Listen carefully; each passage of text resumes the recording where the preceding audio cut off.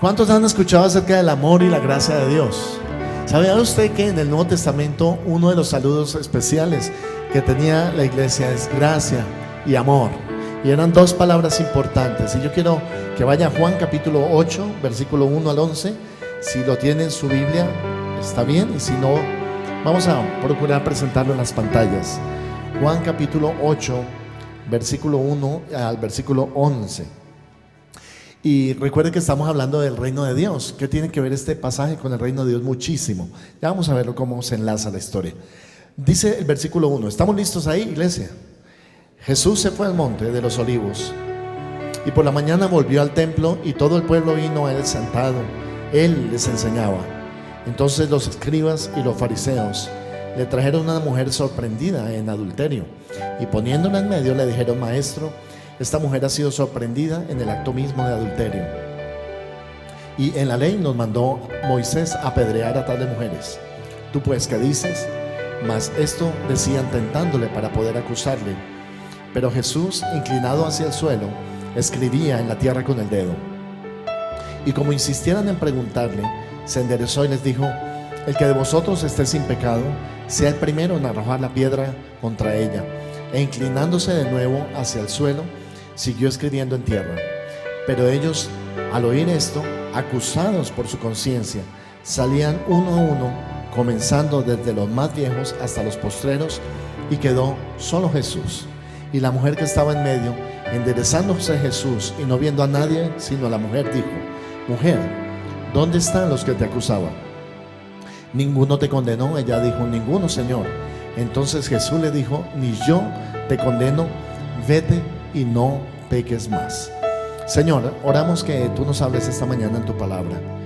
Te queremos pedir, Señor, una revelación de tu hermosa palabra. La paciencia del Señor Jesucristo con nosotros muchas veces está más allá de lo que podemos entender, Señor. Te pedimos, por favor, bendícenos en esta historia, Señor, para predicar esta mañana del amor y de la gracia de Dios. Amén. Y lo primero que quiero tocar es acerca de los motivos para hacer algo.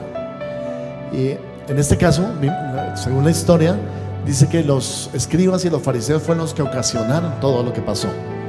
Ellos sorprendieron a una mujer en el acto de adulterio. No se nos dice cómo fue, ni si irrumpieron en una casa donde sabían que estaba la mujer, o si conocían la reputación de ella. Pero lo que dice la Biblia es que ellos tenían todo el derecho para traerla delante de el que estaba enseñando en ese momento la palabra y exponerla públicamente a la vergüenza. Digamos que ese era el objetivo de ellos. Entonces tomaron a la mujer y la traen a Jesús. Pero lo interesante de esto es como Jesús, que estaba enseñando en el templo en ese momento, ellos le preguntan y le dicen: Señor, Moisés nos mandó apedrear a tales mujeres, ¿y tú qué dices? Y piensa por un momento en eso.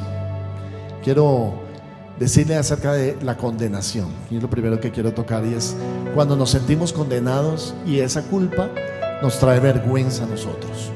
Mucha gente anda con la vergüenza encima, en la flor de piel. Muchas personas que llegan a las iglesias traen vergüenza y culpa de su vida pasada, de cómo fue su vida anterior. Y algunos nos avergonzamos o se avergüenzan de eso que pasó. Y saben que una de las voces que nosotros podemos escuchar, tres voces: la voz de Dios, la voz de Satanás y nuestra propia voz. Pero una de las voces que más escuchamos es la voz del diablo condenándonos. Recuerde que el diablo, la función del diablo es condenar a la persona, destruirla, de tal manera que su autoestima quede totalmente oscurecida, negra, al punto que no pueda levantarse nuevamente. Cuando el diablo hace eso, tiene toda la victoria sobre una persona. Por eso es que esta mujer, lo que ellos querían hacer era destruirla.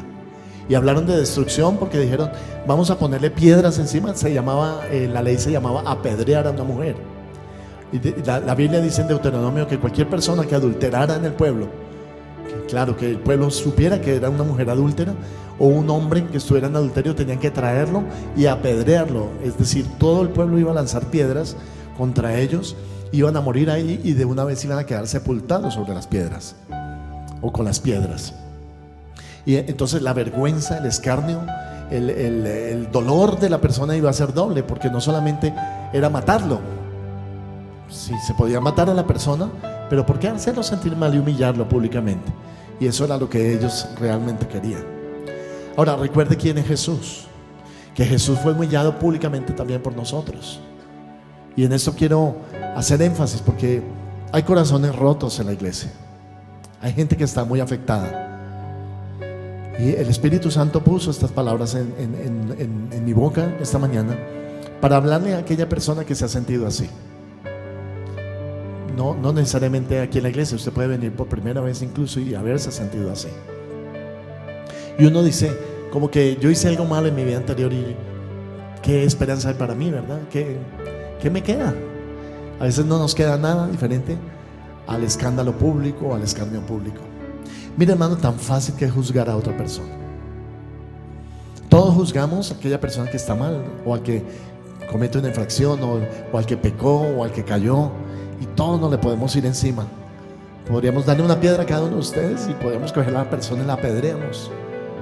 En el mundo actual no usamos piedras físicas, pero usamos palabras, usamos actitudes de desprecio, de rencor, de voltear el rostro, de hacer una mala cara, como dice alguien por ahí, de hacerle mala jeta al otro, ¿no? Y en parte es eso, que nosotros tenemos armas y las usamos para los demás. Y eso es así. A esta mujer la trajeron para eso, para dañarla, para destruirla. Y el diablo es experto en destruir la vida de la gente. Y uno dice, pero entonces, ¿qué hizo Jesús? ¿Cómo Jesús habló con ella? ¿Cómo se relacionó? Ahora recuerde quién es Jesús, el Hijo de Dios. Él en ese momento no era un profeta, no era un maestro solamente. En ese momento y siempre en toda la eternidad, Él ha estado con Dios y Él es Dios. Entonces era Dios mismo ante la mujer. Y quiero decirle que esta exhibición de lo que los hombres intentaban hacer, que era destruir a la mujer, salió muy mal ese día, por varias cosas. Pero lo primero es eso. Estoy yo preparado también para que yo pueda perdonarme a mí mismo y pueda cerrar el capítulo de mi historia anterior. Estoy preparado para avanzar en mi vida, porque algunas personas se han quedado detenidas en su pasado y lo que les ha traído las consecuencias de eso son muy grandes. Una maestra estaba enseñando a sus niños ahí en el salón de clases y le dijo: niños, ¿qué es lo único que Dios no puede ver? Y todos decían: Dios todo lo puede ver. Solo una niña levantó la mano y dijo: Dios, hay algo que Dios no puede ver. Y todos se asombraron. ¿Qué no puede ver Dios?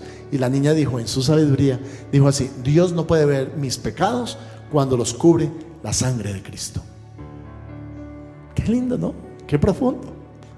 Dios no, Él mismo no puede, escoge no ver mi pecado cuando lo cubre, ¿qué? La sangre de Cristo. ¿No dice eso en 1 Juan 1:7? Hijitos, si ustedes han pecado, abogado tenemos con el Padre. Y dice: y la sangre de Jesucristo su Hijo nos cubre de todo pecado. La sangre fue para cubrir nuestros pecados. Entonces vuelvo a la escena y con esto voy a concluir.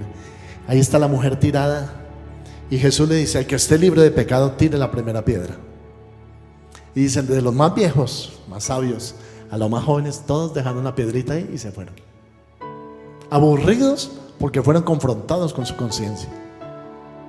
Porque se acuerdan lo que dice la palabra de Dios: no juzgues al otro, sino te juzgues a ti mismo. Y se fueron todos de ahí.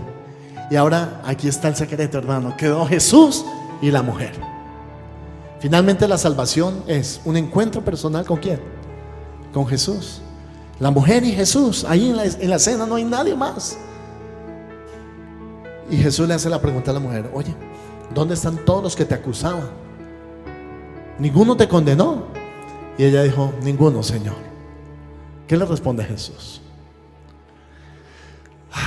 Levántate, tú puedes. Ni yo te condeno. Y eso es poderoso. Ni yo te condeno. El Rey del universo, que tenía el poder para condenarla, no lo hizo. O sea, ya no estaba fluyendo bajo la ley, sino estaba fluyendo bajo la gracia. Y le dice: ni yo te condeno, vete. ¿Y qué? Mire, ahí está el poder de restauración de la vida. ¿Cómo sabemos que una persona está completamente restaurada?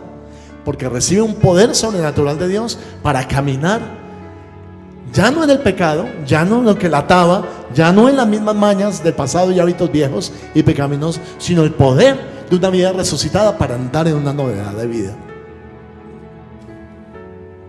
Así sabemos que una persona está restaurada. Dice, pastor, hace años que vengo a la iglesia y no entendía eso. Hace años que yo vengo a la iglesia y nadie me había hablado de eso, porque yo sigo en lo mismo del mundo. Vengo a la iglesia, me gusta cómo cantan, yo también me pego mi danzadita, mi bailadita y todo, pero eso no produce un cambio en mí, pastor. Eso no me cambia, eso no me ha hecho más feliz. Sigo con la misma depresión, eso no me ha hecho más amable. Sigo con el mismo mal genio, con la misma histeria. Eso no me ha hecho más pacífico, sigo nervioso. ¿Qué es lo que me cambia a mí entonces? El encuentro con el Señor me cambia. Jesús le dijo, vete y no peques más. Lo que el diablo había hecho con la mujer era tenerla en esa situación, en ese estado. Y dígalo, Señor, hermano, que todos estamos en búsqueda de amor, y a veces lo buscamos donde no debemos. Pero cuando la mujer llegó a Jesús, se sintió verdaderamente amada y dijo, por fin alguien me amó. Jesús tenía más autoridad que los escribas, que los fariseos. Jesús era un maestro de la ley, pero en ese momento está fluyendo como el Hijo de Dios. La libera, hermano, le dice, vete y no peques más. Quítate el pecado de encima. Tienes el poder para empezar a caminar una vida diferente, para renovar tu vida, restaurarla, para ser alguien que es bueno, para ser alguien que es correcto. Y se recuerda que hablamos que el pecado es desviarse del propósito. Entonces, ¿qué hace Jesús con una vida? Lo alinea nuevamente ¿con qué? Con el propósito original de Dios. Qué lindo, ¿verdad? Entonces, como ustedes están preocupados de ¿para qué estoy aquí en la tierra? Oye, yo como ¿para qué vine a este mundo, no? Usted tiene que saber para qué vino a este mundo. Yo declaro que aquí hay pastores, hay profetas, hay evangelistas, hay pastores, hay maestros, hay diáconos, hay ministros de Dios, hay evangelistas, hay gente que Dios quiere restaurar. Hermano, el mismo apóstol Pablo era un asesino de cristianos, y aún a una vida así Dios la escoge para algo grande. Y yo siento decirle esta mañana que Dios te ha escogido para hacer de ti algo grande, algo bueno, algo de bendición para todo el mundo y todas las naciones de la tierra. La gente va a saber para qué te trajo Dios al mundo. Aleluya. Pero si tú mismo lo crees, vas a empezar a ser restaurado en este propósito de Dios, en este plan original de Dios. Entonces recuerda que dijimos, vuelve otra vez al original. El original, tú eres copia de Dios. Qué interesante, eres como una fotocopia del Señor, porque fuiste creado a su imagen y a su semejanza. Con el tiempo nosotros hemos metido cicatrices y heridas, cosas así, distorsionando la imagen de Dios. Pero esa no es la imagen que Dios quiere que tengamos. Dios te ve a ti renovado, embellecido. Por eso la gente, hermano, que conoce a Cristo es más bonita. ¿Cuántos dicen amén? Mira que está a tu lado, a ver si es cierto. La gente que conoce a Cristo es más bonita. ¿No le han dicho usted qué se hizo? Se bajó como 10 años. No, es que conocí a Cristo. Se quitó un peso de encima. La gente con ese peso se distorsiona, se envejece. El pecado envejece. Dígale que está a su lado, el pecado te envejece. Gente que anda así, encordada, hermano, y mal, y llevando la carga a cuestas y en la mala. El pecado es una carga, finalmente. ¿Qué hizo Jesús con la mujer? Le quitó la carga. ¿Usted qué cree que hizo la mujer entonces? ¿Siguió lo mismo? ¿Volvió otra vez allá? ¿Se metió en la casa del amante? Ya no. La Biblia dice que ella fue restaurada. Como Jesús la vio, declaró sobre ella, la bendijo, la selló para él. Así esa mujer empezó a comportarse en la vida. ¿Cuántos quieren comportarse como el Señor quiere que se comporte? Entonces, ¿qué debemos hacer, hermano? Todos digan, arrepentimiento es la puerta en el reino de Dios. El arrepentimiento es la clave de esto, porque cuando dice la Biblia, cada uno arrepentidos, la palabra arrepentimiento es cambien su pensamiento. Eso es lo que significa arrepentimiento. Romanos 6:14, y termino con este versículo, dice: porque el pecado no se enseñoreará de vosotros, pues no estáis bajo la ley, sino bajo la gracia. La gracia entonces es un don de Dios mediante el cual habilita a una persona para actuar por encima de sus condiciones y de sus circunstancias naturales. Te quita la flaqueza, la incapacidad, el origen débil para servir al Señor. Te quita eso y te pone poder en tu vida para que tú puedas agradar a Dios.